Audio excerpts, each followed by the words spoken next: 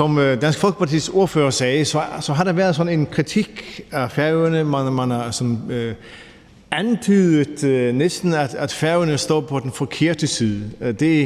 Jeg anerkender fuldt og helt, at man kan måle et land og et folk og en person efter, hvor vedkommende står i den konflikt, vi har i dag. Det er en moralsk stillingtagen, som er meget definerende for nationer og for mennesker og selskaber.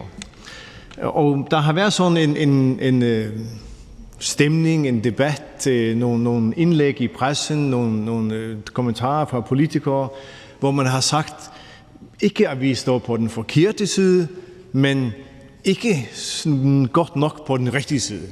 Og det er også en rimelig alvorlig kritik. Derfor vil jeg benytte en lejlighed til at sige, at man altså med det samme sagde, vi følger EU. Vi gør ikke hverken mere eller mindre end EU. Måske i virkeligheden mere. Og man har altså taget flygtninge i stort tal. Altså hvis det omregner til danske tal, så vil det svare til en 25.000 flygtninge, som Færøerne har taget. Og det tal kommer til at vokse. Man har sendt humanitær støtte til Ukraine, både fra privat og fra politisk hold. Man har reduceret sin eksport til Rusland med 2/3. Danmark har reduceret sin eksport med 1/2. Og det vil sige, man har fordømt det, der sker kraftigt i Lagtinget. Så jeg vil bare sige en gang til, helt klart, Færøerne står ikke på den forkerte side. Færøerne står på den rigtige side sammen med Vesten. Vi har en fiskeriaftale, den er fra 1977. Det er en meget stor del af vores erhvervsliv.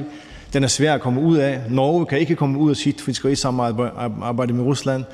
Der er ambitioner på Færøerne om at gøre det anderledes, at komme ud af den aftale. Det er svært, men nu får vi se, hvordan det kommer til at lykkes. Jeg vil bare sige, det her lovforslag viser, og alt andet viser, at kritikken af Færøerne, som Alex Ahrendtsen påviste, den er simpelthen forkert. Vi står på Vestens side, på frihedens side i den her sag. Tak.